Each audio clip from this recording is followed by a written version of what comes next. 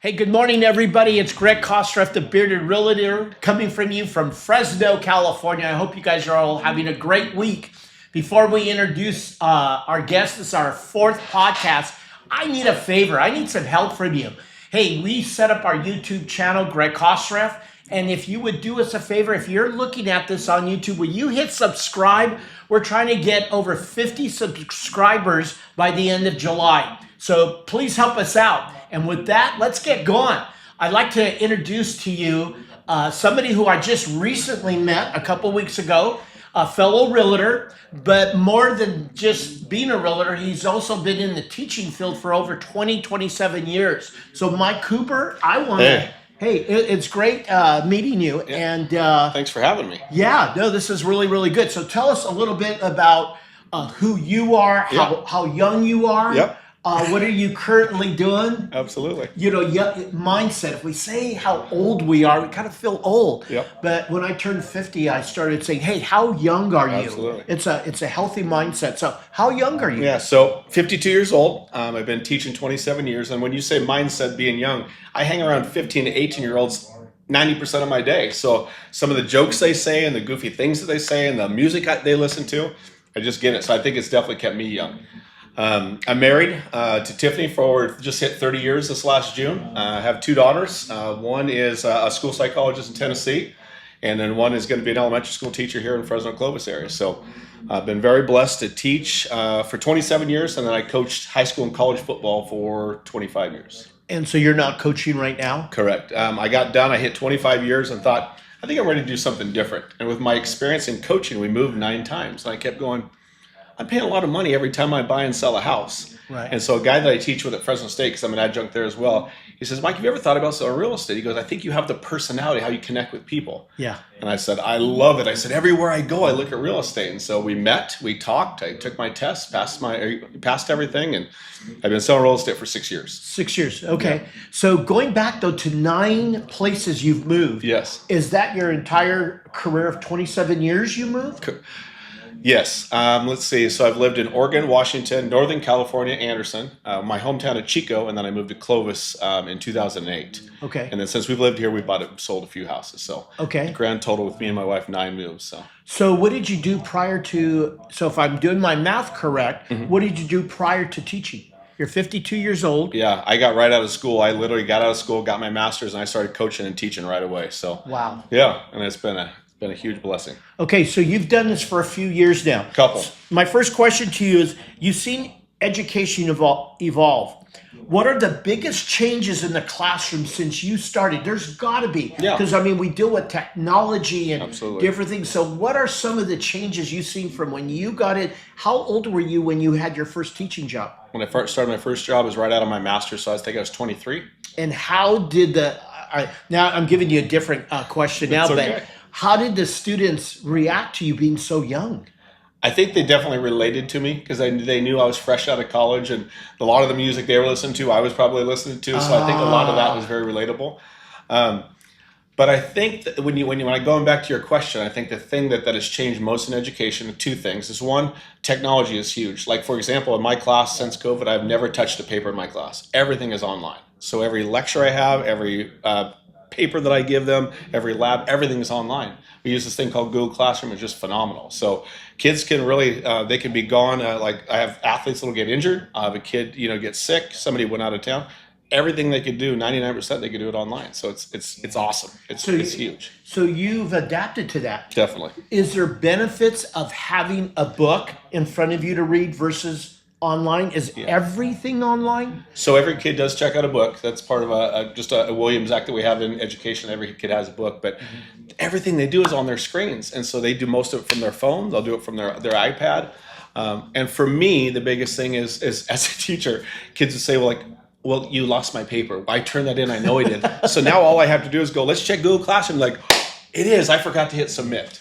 Oh. So just a lot of those type of things just really changed. So you don't hear the saying, my dog chewed it up? I said, if your dog chewed it up, your whole computer got eaten. So I don't get to hear that one anymore. But I like how you've taken it in a positive way. I think, man, there's got to be some negative to that.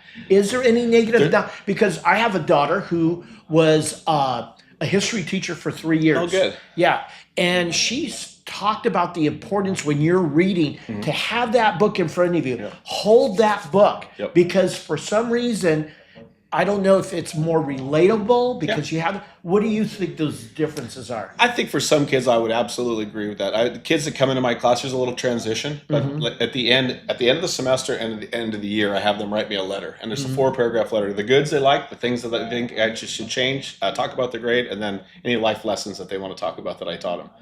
And every kid comes back. Like at first, it was kind of hard to go, but I loved having everything online. I just had accessibility to it at all times. Yeah. So it's been a real positive, I think, for the kids in my class. Yeah. So if your students were here, or the team you coach, what would they say about you? What type of, were you the nerd teacher? Were you the cool teacher? I highly doubt that you were the nerd, but hey, maybe. I tell people I am actually, I think, a closet nerd. I think there's a nerd inside me, but I don't like people to see that. I like to see that I'm a normal person. Like I bike and I hike and I play pickleball and I golf. And so I talk about that. I go on dates with my wife. I have daddy-daughter dates with my daughter. So I just thought that all. So the thing when you ask the question, my thing is I think that I can relate to a lot of them. I think I try to be very personal to them. I meet them every single day at the door. There's never a day that I don't meet them at the door and I knuckle or high five them or something when they walk in. And then how I start my class, soon as I take roll, we have the big 5. And so they get to ask me 5 questions and I get to ask them 5 questions. And what is the questions usually about? It can range from best ice cream place in Fresno, Clovis. It could be the best burrito that they've ever eaten. But then we start talking about things like, what do you think about character? What does integrity mean to you? What is education? Why are you even doing this thing? And so we kind of talk about life before we can get started. And I'm telling you, the biggest response I get from the letters at the semesters is those talks beforehand. They go, I take that stuff everywhere with me. So I think it's just so that I kind of break down the wall that I'm a human. But then, hey, let's talk about anatomy or let's talk about biology. Okay, so you start your class, and I want to make sure, because I love this, you ask them 5 questions, and then they can ask you 5 questions. Correct. What kind of questions do you ask them? You name it. That's kind of where I start. I start with just easy things like food and places to go, coffee places. They all want to talk coffee places. But then I talk about like some important people in their life. Like what are your parents are in your life? What's church for in your life? And so we just get to talk about a lot of fun things. The big one I like to, especially with my seniors, okay, in 10 years, what are you going to be doing? What's your goal in 10 years? What do you want to be doing with your life? Because I think a lot of times they don't get asked those questions. And so if I can relate those type of things, and then, oh, by the way, let's talk about anatomy and how that applies to what you want to do someday. So wow. It's fun. I wish I could have been in your class. We have a lot of fun. So I'm sure, though, you've heard some really exciting, motivating questions or stories from your children, but I'm also thinking that you probably heard some really hard stories. Very hard. And what I know and we're not asking for names or people, but what do those stories look like with students that are, because you've taught on the West Coast in different areas. Yeah. Is it different from one school to the next? The children, People is the environment different? I think kids are kids. I mean, from the 4 different high schools that I've taught at, I mean, they might come from different backgrounds, but the story, when you come to that 15 to 18-year-old kid, they're really going through a lot of the same things. So some of the things that I've gone through is like somebody breaking up with a boyfriend or girlfriend and just coming to my class and just sobbing. A parent getting divorced. I had a kid just 2 years ago. Dad passed away from cancer. He literally says, Coop, I have to take this call because I have to go be there because I want to be there on that day. And he did. Yeah. But it was really cool. He talked about that fist bump that I would give him. He goes, that's something my dad did every day that he left. And he goes, you kept doing that. It meant a lot to me. So it's cool. So yeah, really cool stories. I get to celebrate when they get accepted to college. Some of my LDS kids, when they get to find out where they're going on their mission. So I get to share a lot of cool stories with a lot of, I teach 240 kids a year. And so that's a lot of stories. Do you have a favorite district that is that fair to ask you? Absolutely. What was your favorite district to work at? I've taught in 4 different districts, and hands down, Clovis Unified has been by far my favorite. Really? How they put people over programs and just all the things that we do. I think it's a very people-oriented deal, and I just love it. I think the integrity and the character and stuff that we teach in school, I think is awesome. So that's been a huge blessing. So you went into this very early in life. And what was the passion behind that to become a teacher so soon? So to be honest with you, I went to school to be a physical therapist, and I worked at a lot of clinics. And so during school, I did my internships as I was playing football and all that. And And I loved it, but it was just so routine. And we did this kind of same thing over and over again. And a lady brought me aside, I think my junior in college, and I got to work with I did an adaptive PE class with some special needs kids. And after I did this lesson with them, we really did like red light, green light, and stuff like that. She goes, Mike, I'm telling you right now, you're born to teach. I'm like, yeah, but they don't make a lot of money. So I told her, I said, I'll look into it, but I said, I've always had a passion for sports and science, so I think it's physical therapy. Yeah. But it's just funny kind of how things just clicked and how God kind of led things, and like I went to teach and just fell in love with it. Yeah. So. And we'll talk a little bit that you're doing real estate, and it looks like you're doing quite a bit. And so, how long do you plan on teaching? So I'm 52. I said if it's a perfect world, I'd like to teach about 55, Okay. and then maybe start cutting back a little bit more so I can sell more real estate. But I just think they go together so well. I think it's a people business. Both things. I'm creating relationships, and people know, like, and trust me, and they're like, hey, you want to help me sell a house? You want to help me buy a house? I really like how you connect with people. So Yeah. I think they just relate so well. So As a coach, yeah. because I could see where that would be a benefit as a realtor. But before we get to that, your coaching. Yeah. Tell us a little bit about your coaching career. Yeah, so I coached for 25 years, 4 years in college, a community college up in Chico, Butte College. I coached at a small college up in Oregon, went to a national championship, and I coached with some amazing human beings. And then I've coached in high school for 21 years. I coached at Anderson High School up in Reading, Chico, my alma mater, and then Clovis High in Buchanan. So that's kind of my stops. I've been a head coach, I've been a defense coordinator, and then my last 10 years of coaching, I was offense coordinator. What have you learned from being a coach? Oh, I think it helps me to be a realtor big time. I said I used to spend between 80 hours a week watching film. So when I get a property, I think I should know every single thing about him. I used to tell the kids, when you play football, and that DB, you should know his name, you should know where he went to elementary school, you should know everything about him. And so when I go into a property, I do kind of the same thing. I scout like crazy. I do the comps, I do the scouting report, look at all the reports. And so I think that's prepared me. And then I think with my clients, we have a game plan. I planned every single practice. I planned every single game, when we're going to go out for the national anthem. So everything was just planned. And so when I sit down with clients, I said, I want to create a plan with you. I said, a game plan. I said, but here's the thing. I coached football for a long time. It doesn't always go according to plan. I said, we're going to be on a roller coaster. I said, sometimes it's smooth and sometimes it is all over the place. Yeah.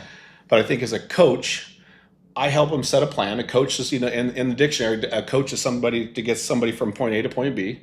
But in that time, they need somebody to encourage them, to give them a game plan, what to expect, and then understand there's going to be some bumps and bruises during this thing. But at the end, I'm hoping we're high-fiving, we're giving a big hug, and I'm giving you some keys. And so I think there's a lot of parallel between the two.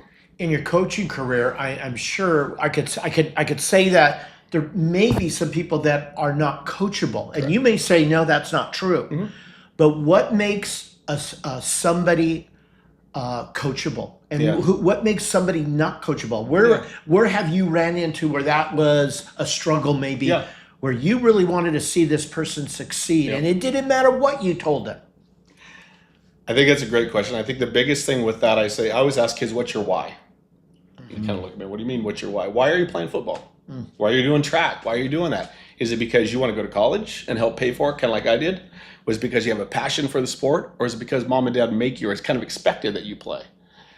And I can tell them motivation when they come to our off-season workouts. I can tell the motivation what their why is. Because some kids are like me, I loved practice. How could you not want to go out and hit somebody every day at practice? Some kids just kind of go through the motions. So I think when I find out their why and they kind of understand their why, I think that it makes them a little bit more coachable. It's hard to coach a kid that's out there because mom and dad wants them to. It's really easy to coach a kid that just loves football and wants to maybe play at the next level. So okay, so with our clients, real estate clients also, I could see where that'd be a benefit. Say, hey, what is your why? Why do you want to purchase real estate? Some people don't understand what is your big why in life. correct. And so right now, what is your big why? First of all, let's start with that. What is your big why? I think it goes back to the Bible. There's a guy named Barnabas, and he was the encourager. And for me, I just want to be the biggest encourager I can, whether it's with my wife, with my kids, the kids in my class, or in real estate. Because there's a lot of people get very discouraged. They want to kind of just give up sometimes in the middle of escrow. I'm like, hey, we're so close. I've used it a few times. We're on the 5-yard line right here. I know it's been hard, but I'm telling you, you're going to be smiling, and we're going to be giving a high 5 yard in about 5 days. So just trust the process. We're going to get there. Yeah, because sometimes we can't. people, we can't even see our why. We don't even understand what our why would be. Yeah. And I remember when somebody says, what is your big why? And I kind of thought, I don't know. Yeah.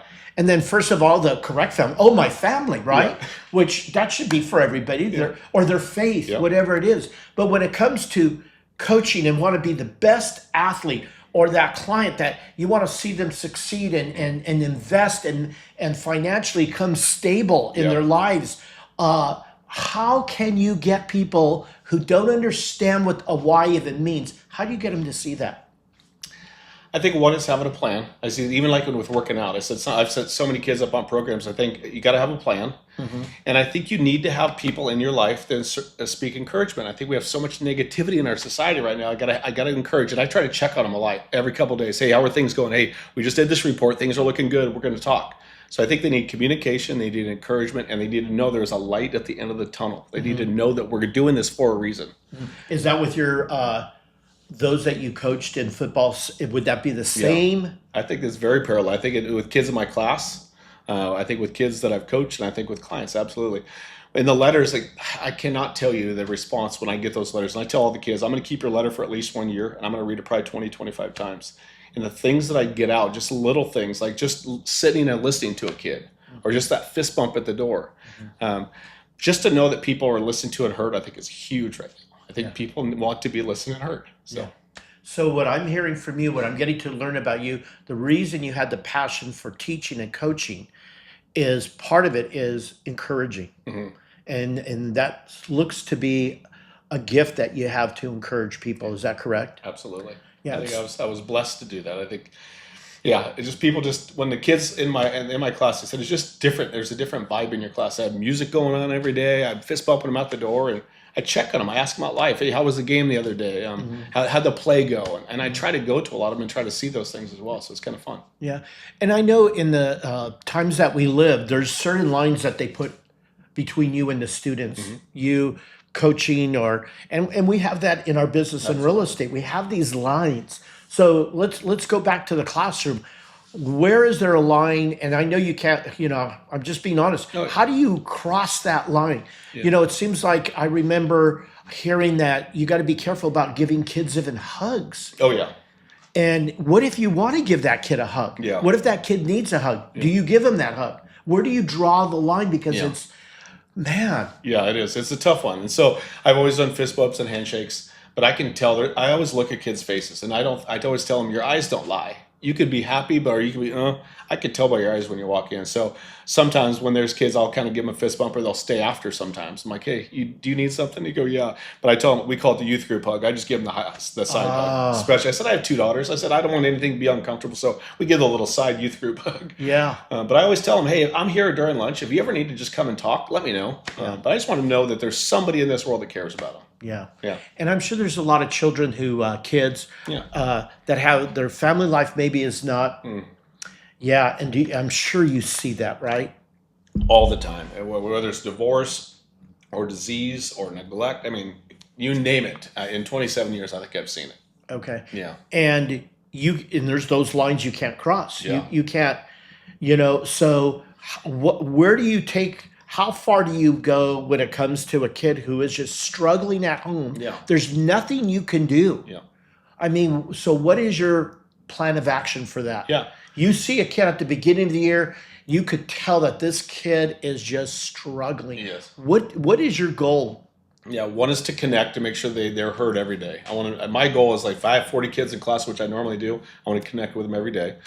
I always tell them, I'm here 24/7. If you need something, come and see me. And then if it's something, I tell them there's certain things that I can't do, and there's certain things I can't talk about, and certain things you tell me that I have to report it. We are mandated reporters as educators, but we are very blessed at our school, and we have counselors, we have school psychologists, and we have this amazing program called Transition. Now it's called Impact, where these kids can actually go and we have CSI. We have this thing where they can actually go do peer counseling with other high school students, because sometimes they don't want to talk to an adult. Yeah. And we have some that are run by other high school kids where they could we have one, then they set up by group. And so they're kind of set up, okay, you're a kid of divorce, you're a kid of a parent pass away. And so they can sit around, they can talk about things. So we have so many resources, but for me personally, I just try to let them know I'm available. I'm not going to get in your businesses unless you want to talk about things, but I just want them to know that somebody cares about them. Yeah.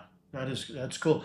You know, I forgot to ask you, did you play sports? Yes, I've sports fanatic. So growing up, I played football, basketball, baseball, and soccer. And your Um, favorite? oh, by far football. If Okay. there's any sport where I get to hit somebody and it's legal and they encourage it, oh man, absolutely. There's I'm always gonna football. stay out of your way in the office here. I loved baseball. Baseball was a huge passion of mine. Uh-huh. But there was just something going out of practice after school and just get to knock people out, and it was encouraged. Yeah. That was Why do you awesome. think? Okay, I've never had that feeling Yeah. of knocking anybody out. But what was childhood like for you? Yeah. Was your parents very sports oriented? Did you come from a big family? Yeah, my parents are like psychotic crazy about sports. They love sports. So probably my biggest thrill was, yeah, two things. One, we'd go to Cal football games, Giants baseball games, and 49er games all the time. And then my biggest thing was so cool for me is my dad would get off by the time I got home from school. So we played catch every day. So that was pretty cool. So it sounds like you had a pretty healthy. Yeah, I had two extremely. They had me in high school. I was actually conceived in high school, had me right when they graduated. So my parents were 18 when they had me. So I know the struggle and stuff they went through financially to have a kid that early. But they're still together. They just were married 52 years. I always know because it's my age. Yeah, hey, that mirrors with your age. So they've been married 52 years, still madly in love, go on dates every week. But Wow. sports were a huge part. My grandmother, I mean, we have our Super Bowl parties are as big as, say, when we have Christmas and Thanksgiving. It's a big deal. So Yeah. just football was big. And then for me, when you say, why did I kind of like hitting people? When I was in school, we didn't have like anger management and all that kind of stuff. And I think for me, it was an outlet because I was kind of reserved and controlled during school and all that. And there was something in me that by the time the end of school, I had to let it out. And so football was just awesome. Yeah. How many siblings did you have? I just have one sister that's 2.5 years younger than I am. So we Okay. were in high school at the same time. So that was fun. And are you still close with your family? Oh, yeah, absolutely. My entire family and my wife's family, we have about 60 relatives, all still live in Chico, where I'm born and raised. We're the only, I think, family members that have ever moved away. Oh, wow. So yeah, I get to go back and they get to come and see me. So yeah, it's Were you fun. raised in a faith-based family? Yes, absolutely. I've been to church since I was probably 4 or 5 years old. Yeah. And then I was very involved in Young Life and then FCA, Fellowship of Christian Athletes. And then as a football coach, I also did FCA on our campuses. So it's kind of like you're a youth pastor on campus. Yeah. Yeah. So how does that all help you grow your real estate business? Yeah. I always come back to relationships. I think that the number one thing in anything, whether it's my teaching, whether it's my coaching, whether it's real estate, is I think people want to work with people that they know, like, and trust. And I want to be approachable. I think I'm pretty likable and affable. I like to joke around and talk with people. So I think that connects with a lot of people. I think sometimes we just, in this world, we have so many standoffish people or, technology people. I think it's kind of a lost art is having communication and going face to face with people. Yeah. And that's one of my favorite things in the world. So I love it. And I know we learn when we're on, like teaching. You can read all the books how to teach, but there's victories or defeats. Do you recall a time that you really screwed up in your teaching career? I would say not screwed up, but I think I've changed. I said before I had children, I was very matter of fact. This is how it's going to be, and we're going to coach like this. We're going to learn this lesson. And then when I had kids, I started thinking about how would I want somebody to teach my kids? And I think that was the big aha for me because I didn't really worry about relationships. I just had to get through the content. And then once I had kids, I'm like, I'd want somebody to treat my daughters a little bit different. So Yeah. So you were strict then, or what would you? I would say strict, but I didn't really worry about the relationships. I just wanted to teach my content. Okay. I would say, I think I've loosened up on being strict. I think there's time and place for it. There's going to be boundaries, no doubt, especially when you have 15 to 18-year-olds in class. But I think I approach kids, I would say this, in 5 years from now, they're not going to remember the stuff they taught in my class. But they're going to remember how I hugged them or, give them a little hug or fist bumped them and connected with them. Yeah. They saw me at their soccer game. That's what they're going to remember. Yeah, that kind of excites me because it's so in real estate. We know there's a lot of young agents coming in. They're struggling. It's difficult profession to get into real estate. It just doesn't happen overnight for most people, right? And it seems like what I've heard, there's transactional and then there's relationship oriented. And that's where I think we succeed in life when we're able to connect with people, build that relationship, and then they come back. just like in your teaching, Totally. your students. So what is your thoughts on that? I agree wholeheartedly. Like in high school teaching, I tell kids all the time, my biggest thrill is when I get to hear about you getting married or you graduating from college. I said, I'm going to be an old fart on the beach someday over in Pismo. And I said, I want you to be able to bring your family up and go, hey, that was one of my teachers. Yeah. And I think that's the same with real estate. I said, we're going to get, the average person lives in their house 7 years. Okay. It's actually now. Is it raised or lower? Lot. It's like 17, 19 years. Okay, well, good. So as realtors, we don't want to hear that. No. 7 years. 7 years. Yeah. But I want those people to know, like, and trust me for that time. But also after that, hey, my aunt is going to move, and you helped us so much. Can you help her as well? Because we loved how you treated us. Yeah. You cared about us through the whole process. I've just recently had a couple people, parents that passed. And to go through that journey of, I just helped one in Visalia. She was in this house for 41 years. Single mom, raised 5 daughters. And so one daughter was in charge of the estate.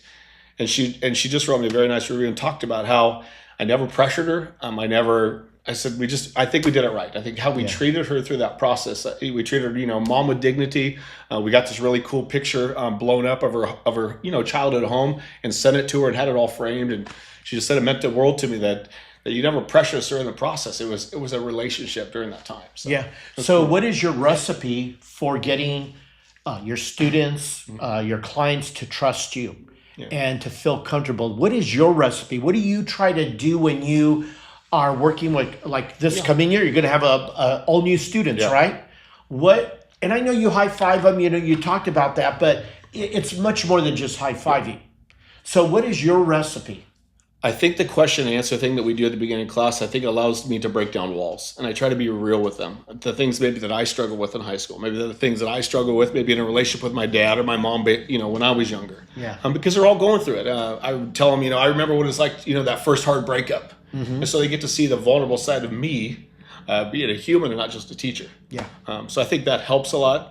I ask about their lives all the time, about the game, about the dance. We literally, before prom, we talk about how to approach moms and dads when you go pick up your date, how to open the door. So we go over all that kind of good stuff. I said, I remember I was at a prom just the other day. And they're like, no, it wasn't. I get, it feels like it was just the other day I went to my prom. Yeah. And so we talk about all those little things. So for me, I hope that it's breaking down those walls to make it approachable and that I'm real, pretty authentic. And the same thing in your real estate business. You probably ask a lot of questions to kind of get to know them, right? Definitely. I think that's the biggest thing. When I go down, sit down for a listing appointment, I'll ask their why. We'll talk about family. Why do we want to move? Is there a reason why we're selling? Just to kind of know that whole story. And I think it helps me to relate to them. And a lot of times stuff that I've went through, I've helped other clients go through. Yeah. I think it builds that connection. Yeah. So you've been you talked about being in real estate for about 5 years, about 6 years. Yeah. 6 years. I've been doing it for 30. And so I remember my first year in real estate, I think I did 3 transactions and I was doing it part-time. Yep. And so you're doing it part-time, but you're putting a lot of hours into it. Yes. So I don't know if you would call it part-time, but your first year, how many transactions did you close? I believe I did 5 the first year. Okay. That's above average. Yeah. And what do you think the key was to that? Was it the relationships you were already building throughout life? Because, if you're 52 and you did it 6 years ago, so you were about 46 years old, whatever. Exactly. Yeah. Okay. So you were probably more established with relationships in life. But we got a lot of people who are starting this business in their early 20s. Yeah. And their friends aren't buying real estate at that time. So who were some of your first 5 people you worked with? Were people or was it open houses? Yeah. How did you come across those 5? I think the first 5, the majority were people that I knew. Okay. I think I'm very active on social media. So I first just let people know that I'm a realtor. I try to put things with real estate and life so they can see, okay, I have a lab. Okay, I go to the beach. Okay, I play golf. Okay, so they get to see that I'm a person. Yeah. And then they start saying, hey, Mike, I see you're selling some houses. I think I'd like to talk with you. And so I think that kind of opens doors. Yeah. I think that's the biggest route for those first 5. So you embraced social media right away then? Big time. Okay. I even did it beforehand. I was kind of preparing because I kind of felt like it was going to kind of lead into that. So I started friending every realtor I could. I've probably been friends with you for a long time because I'd see, hey, he sells a lot of house. I want to get to know him. Yeah. And I would just kind of watch the content and some people like you and you name it. Laura Mather, she would put things. Laura Corey Laura Corey Milton, no, she would put on. And so I would see all the content they put. Sarah Hedrick's. I bike out and sang her, and everywhere I see Sarah Hedrick's sign. I'm like, okay, there's another one. So I watch kind of what she put online. Yeah. So do you think being a coach or a teacher helped you move into that technology? Because I didn't have that. When I'm 65 young, as of Sunday, actually. All right. And so anyway, I wasn't raised or born with a tablet in my hand. So I have had to learn technology, and it's been a little struggle for me. Definitely. Do you think teaching has helped you get into that social media mindset? I think so because, I'm around 15 to 18-year-olds all the time, and that's what they do 24/7. I had 2 daughters, and so every time I had a technology question, I have to ask them because they're the ones that actually knew more than I did. But I just kept seeing all the things that people, even like on Facebook Marketplace, people are selling things all the time. And so it's just a mode of our society if they're on that phone 24/7. So I just jumped right in with both feet. My preparation already is I want to not only sell here, but I have a place over in Grover Beach, so I'd like to sell on the Central Coast. So I'm already starting to friend a bunch here in the next couple of years. I start friending as many realtors over there as I can. I just want to start again building those relationships and people getting to see me. And then it's so important. Our business is relationship, hands down. So you seem very active. What do you do to keep yourself healthy physically? What do you do to keep yourself healthy emotionally? And spiritually? What do you do to keep yourself healthy? You appear to be healthy. I'm assuming. Yes, absolutely. So my goal is to start the day. Every single day I start with 90 minutes of exercise. So 90 minutes? What time do you wake up? Usually 4:45 to 5. Okay. So I usually take my dog on an hour walk. We live out at Quail Lake, so we walk around the lake. Takes about 45 to 50 minutes. Change real quick, and then I usually go on a bike ride somewhere out towards the Sanger orchards and fields and all that area. And I try to get about 20 miles a day. My goal is 100 miles a week. And then I go to GB3, so I try to go 3-4 days a week, and then we have a little home gym. So I try to stay very active. My wife and I golf together. We just started a year ago. Try to play pickleball when we can.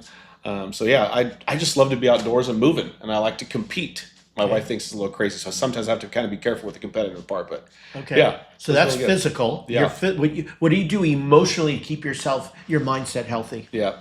I would say also one of the things that I do for me is biking, and for me, like especially after school sometimes, after dealing with 240 high school kids, your brain's just kind of all over the place. I actually just put headphones in and I go on a bike in the middle of the orchard, in the middle of a field, and just as far away as I can, just for me. That's probably my favorite thing to do is just have a little alone time for me. And what does that do for that? What does that alone time do for you? I think it's almost just kind of like a brain drain. It just kind of lets things, I can process things. I can go through here with the highs of the day, here with the lows of the day. Here's something I probably should have done better. Here's something I think was kind of a win for today. But that music and being by myself is a huge one. And then spiritually, I try to get in the Word every day. And so I have a devotion that I do daily. I have a Bible I try to get in daily. I'm not perfect. I don't do it all the time, but I try to do as much as I can. I listen to podcasts. There's only 3 music in my car. We have Christian music, country music, and classic rock. So we call it the 3 C's. So even if I'm driving sometimes, I just love listening to music. And so if I remember, you say you do this daily. Is it? Oh, yeah. Okay. Yeah. Especially during school, it's 5 days a week. I do it before school, when I can after school, because a lot of times, as soon as I'm out of school, I'm doing real estate, so it's kind of hard. So I try to do things in the morning, and the weekend I try to do fun things. So me and my wife just a year and a half ago started golfing. So we have some friends that we go golfing with. We'll meet people and play pickleball sometimes. Then we're over on the beach. We're biking everywhere. We're hiking up on Pismo Preserve, and so we just like to move. So I'm hearing consistency. Yeah. So what? Because I'm terrible about consistency. I'm getting better as I'm getting older. Yes. What is the drive to be so consistent of what you're doing? I've had to really kind of back off on it because I think I've never been diagnosed, but I think I have a little OCD where I just have set routines and I have to do it, and I feel a little off when I don't. Yeah. So like me, brush my teeth. Yeah. But I tell people, if you could brush your teeth every day, you can exercise every day. Yeah. If you brush your hair every day, you go to the gym every day. So just got to be a balance. But I think consistency is a big one. I think that's one of the things. Just because we get so crazy busy with it, whether it's teaching or whether it's real estate, we never know when we're going to get a call and have to go be somewhere. So I try to get it done in the morning, so I have the rest of the day to do things that I need to do. Yeah. Yeah. What is your, so I'm going to ask you a couple questions like you start. Anything you want. Yeah. What is your favorite food? By far, Mexican food. Mexican So I food. grew up in Chico, and most of my friends are Hispanic, and I just Yeah. have grown up. I just absolutely love Mexican food. I told somebody one time I want to try to write a book on the top 100 salsas on the planet because I am obsessed with salsa. So I was just going to ask you Yeah. what, so it's, Yeah. and do you like it really hot? I'm kind of in the medium range. Yeah, Okay. I don't really like mild. I don't like super hot where I'm sweating bullets. But Yeah. I absolutely love Mexican food. And salsa is one of my favorite things in the world. So If you were going to sit down and watch a movie, what kind of movies do you like? I have different parts. There's certain times I have to watch, lovey-dovey movies with my wife. You have to, or you want to? I choose to. I kind of like action movies, so I like 007 movies. I like Mission Impossible movies. I know I shouldn't, but I like John Wick movies. But then I also have a really dumb sense of humor. So I watch like Dumb and Dumber. I shouldn't even say it, but yeah, there's a couple movies. The Hangover. I just like dumb, stupid humor. I think it's just an outlet for me. I know Yeah. some of the things on there are inappropriate. I probably shouldn't, but I like action movies and I like just dumb humor. My wife gets so mad. We have a daughter that lives in Tennessee. And I'll be on my laptop and I'll do some real estate stuff, but I'll watch a movie. And I mean, I seriously will start crying. I'm laughing so hard just because you got to have that. And she goes, "You're embarrassing me." But I said, I'm sorry. Just it's from the heart. I said, the guys cracked me up. Probably relate to some of the guys I hung out with in high school. Well, it's funny you should use the word cry because I thought you were going somewhere else with that. I was going to say, do you have an emotional side? Do you cry? I do. Okay. I think it comes from my parents, but yeah, there's certain things that, That they just trigger kinda- you, they that just kinda get you to get you the emotional. You show me when a military family comes home and they show those when the kids like at school every time. Somebody getting a brand new puppy every time. So there's certain things that get me, but it's usually with children and little dogs. Yeah. Really? It is. I don't know what the heck it is, but it totally does. Oh, for me, I love musicals. Oh yeah. Sound of Music, Fiddler on the Roof. I will tell you, I probably watched those a million times, and I That's can't. awesome. And I sing along. Yeah. I sing along, and I know Yeah. almost every song. Definitely. Yeah, and my wife, she likes the murder mysteries. Okay. I can't, or the somebody's blasting somebody. Yep. I can't sit through those. I have to get up and Yeah. No, I get it. just I not- understand. Yeah, But the things we do for our beautiful brides. yeah, exactly. The Hallmark movies Yes. that I have to watch. Oh my Lord! From Christmas time, I'm like, not another one. Well, July's Christmas. Yeah. Believe me, they're on. I'm seeing them. And anyway, so couple last follow up questions. What was the greatest thing you have learned from teaching? Yeah. What did you learn about you? What did you Yeah. learn about life? Yeah. What were the things you learned from teaching? Yeah, I think the biggest thing is that everybody's different. I always thought that everybody just liked to listen to teachers lecture. I'm like, no, they don't. I thought everybody just wanted to do a lab. Some do and some don't. So I just learned that there's different modalities of learning. And for me, is how can I connect with 40 kids in a class? How can I make sure that I'm doing as many modalities as possible for them? And what do you teach right now? I teach taught biology and anatomy most of my career, and next year will be just anatomy, so senior anatomy. Okay, and for those who may not understand, what are you teaching in that course, anatomy? Yeah, so we'll do the anatomy, like the structure of all the different organs and glands and body parts, and then we'll do the functionality of it, the physiology of it. We do that through dissections. We do that through lectures. We do that through you name it. Every possible thing I could share with them, I do. Yeah, and with the dissecting of what do you guys dissect? You don't dissect humans, right? No, not in high school. We usually don't dissect humans. I have done 2 in college, and it was amazing. Wow. But we do usually dissect pigs, frogs, hearts, kidneys, and then we cut open some bones to look at the marrow and everything inside of a bone. So is that elective where kids choose that class, or is it?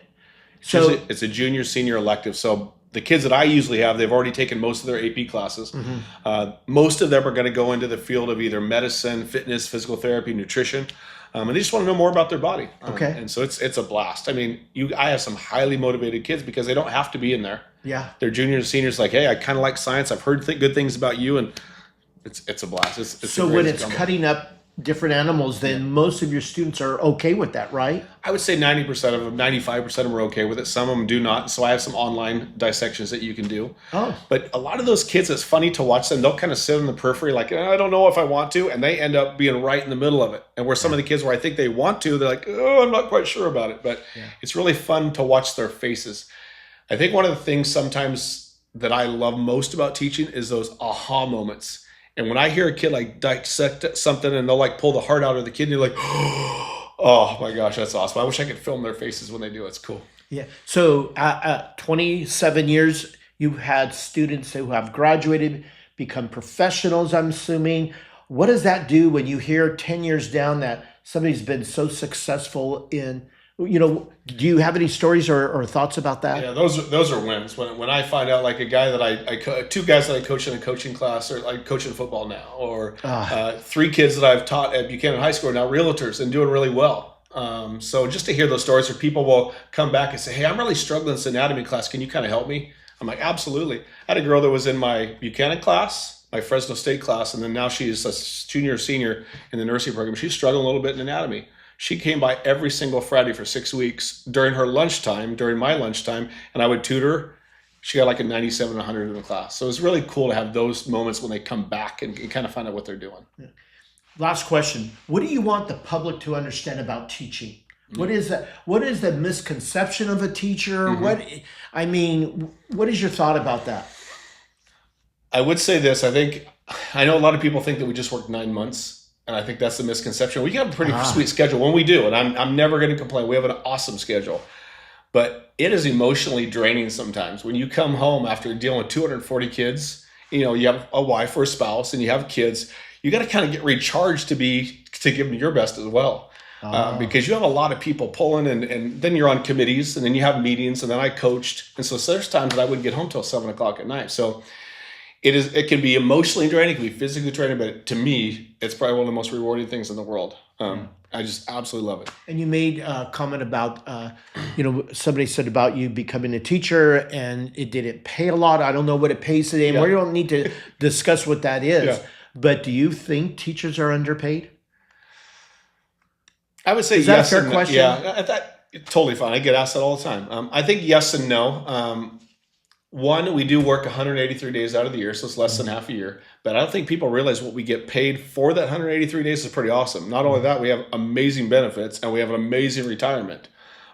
So do I wish teachers would get paid more? Absolutely. But I'm very blessed. I'm totally content with what I get paid. And so you love teaching, you love real estate, and I'm assuming that your teaching is just one of those steps, path of life. I mean, that's a lot. And then the next step is to become the realtor full time. If God willing, if in 3 to 5 years that I can start cutting back on teaching and sell real estate, I would love to. But I think I'll always stay somewhere in education, whether it's an online class or being an adjunct at a community college or Fresno State. I just love being in front of people. Yeah. I love connecting with people and between real estate and being able to do that as an educator. If I can do it till I'm 90, God bless it.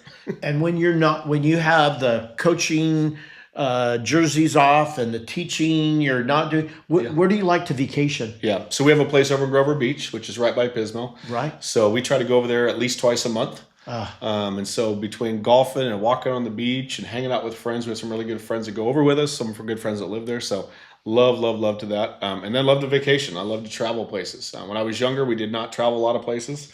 So in the last couple of years, I've just been to some amazing places. I've been to out of the country. Usually like in the Caribbean, the Curacao, Aruba. Been to most of the Hawaiian Islands, and then just last spring break we went to Key West and the Florida Keys. I was blown away. I've always heard of the Keys, until we went there and the food and the vibe there. I said I'm going back. So hopefully next spring break we'll go back to the Key West. And in 10 years, where do you hope you're at? I hope and I pray that I could keep a home here in Clovis and a home in Grover Beach and be able to go back and forth and serve clients in both areas.